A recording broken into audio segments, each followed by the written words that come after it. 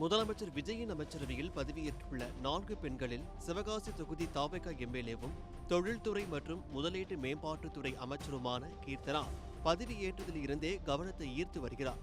மே 11 அன்று எம்எல்ஏவாக தேர்ந்தெடுக்கப்பட்டதற்கான சான்றிதழை கொண்டு வராததால் சட்டப்பேரவையில் பதவியேற்காமல் திரும்பி சென்றது முதல் தமிழ்நாட்டிற்கான தொழில்துறை முதலீடுகளை ஈர்ப்பது தொடர்பாக தனது சமூக ஊடக பக்கத்தில் வெளியிட்ட ரீல்ஸ் காணொளி வரை பல்வேறு காரணங்களால் அவர் சர்ச்சைகளில் பேசும் பொருளாக இருந்து வருகிறார்.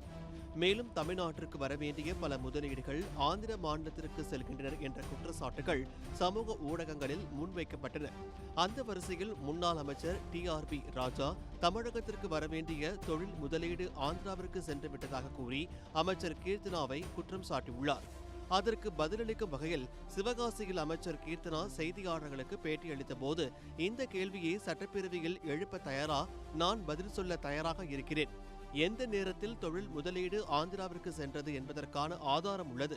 சட்டப்பேரவையில் யாராவது இது குறித்து கேள்வி எழுப்பினால் தகுந்த பதிலை கூறுவேன் என்று தெரிவித்தார்.